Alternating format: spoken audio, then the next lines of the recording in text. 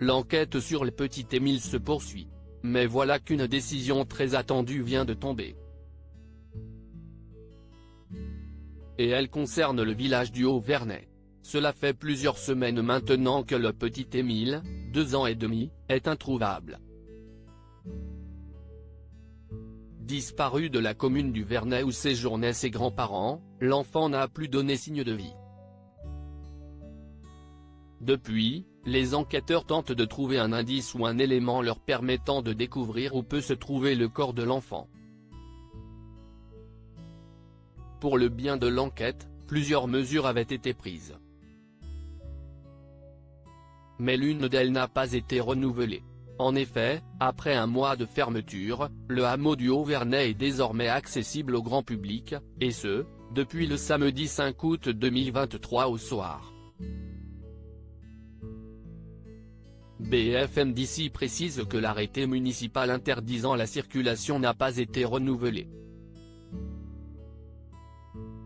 Cette mesure qui n'a pas été renouvelée dans l'enquête concernant Émile toutefois, le maire de la commune François Balique prévient qu'il pourrait de nouveau reprendre cet arrêté si les habitants ou bien les proches du petit Émile venaient à être importunés par des visiteurs. Et pour cause, les grands-parents de l'enfant sont toujours sur place. Et plusieurs individus n'ont pas hésité à venir perturber l'enquête. En effet, des médiums ont par exemple lancé des appels sur les réseaux sociaux, indiquant avoir trouvé le lieu où était l'enfant.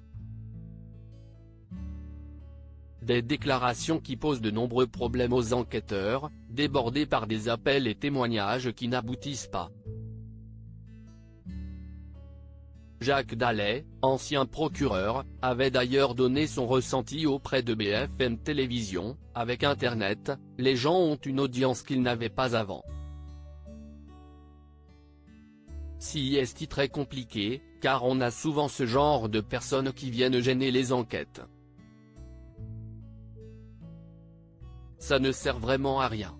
Si ça devait être utile, ce serait uniquement de la chance, parce qu'ils donnent tellement d'idées aléatoires qu'ils ne peuvent que tomber sur la bonne. Un mois presque jour pour jour après la disparition de l'enfant, les recherches sur le terrain sont terminées. Les investigations se poursuivent, mais pour l'heure il n'y a aucun élément nouveau, fait savoir le parquet d'Aix-en-Provence.